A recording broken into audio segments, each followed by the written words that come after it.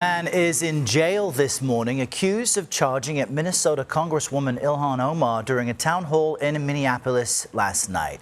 And we can show it to you on video. A man sprays some type of liquid at the Democratic Congresswoman, and she walks right towards him, as you see there. She raises her fist even.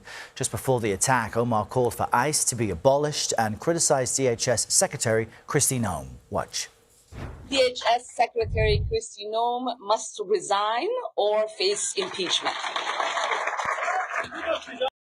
Now, it's not clear what the liquid was specifically that the man used in that syringe. Security tackled him to the ground, as you see there, and led him out in handcuffs. But we're also getting a look at a new CBP report on the deadly shooting of Alex Pretti, and it contradicts the original DHS account of what happened. The report reveals a Border Patrol agent found Pretti's gun during the struggle. Then two agents fired their weapons. Nowhere does the report show Pretti pointed the gun at agents.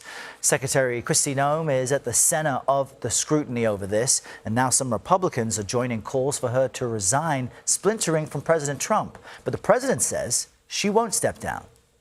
I think she's doing a very good job.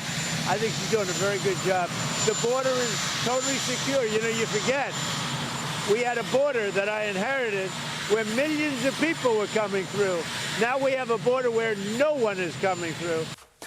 However, Mr. Trump does seem to be responding to the criticism over Minneapolis. Border Czar Tom Homan is now in charge of the operation there. We have Tom Homan there now. We put him in there. He's great. And they met with the governor, the mayor, everybody else, and we're going to de-escalate a little bit. Our team of correspondents is covering every angle of this story for you. Jared Hill has a look at how former patients are remembering Alex Pretti. Natalie Brand is standing by at the White House with the latest from the Trump administration.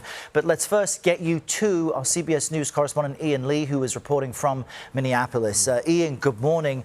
This man who attacked the Congresswoman, what do we know about him, and how is the Congresswoman responding today?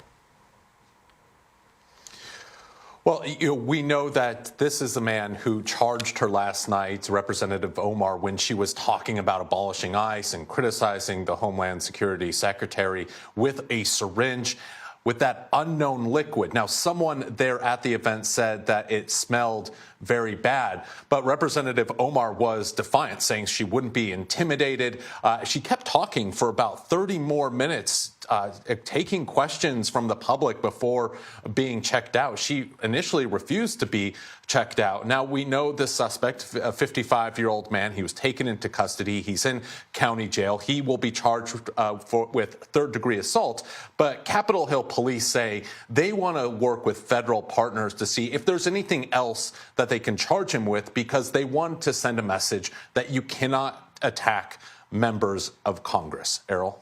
There was a new Customs and Border Patrol report shared with Congress. What did it find?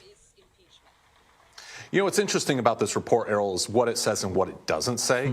You know, we do learn about the moments leading up to the shooting. There was that confrontation between Pretti and agents. They tackled him. We hear that, someone yells, he's got a gun. About 5 seconds later, that's when we hear those gunshots go off.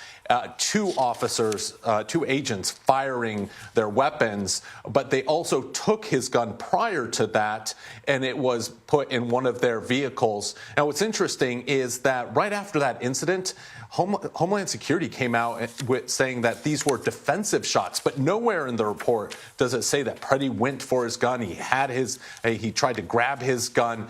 So it's what they left out, which is interesting and what a lot of people are questioning. They're also questioning about the chain of evidence after this event.